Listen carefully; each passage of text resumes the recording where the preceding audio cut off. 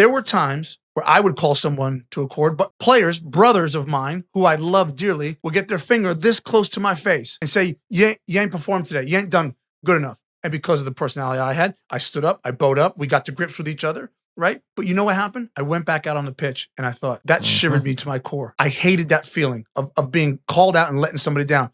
That it will never, ever happen again.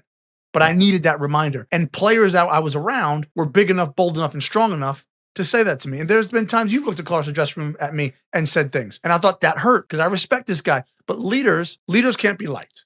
If you want to be a leader and be liked, you're in the wrong profession, right? Because I had players, yourself, more nasty was Clint and Jermaine Jones and Michael Bradley. These are all people that I call friends and brothers. But you know what? I tell you something. They would prefer to win first and lose my friendship than to keep my friendship and lose a game.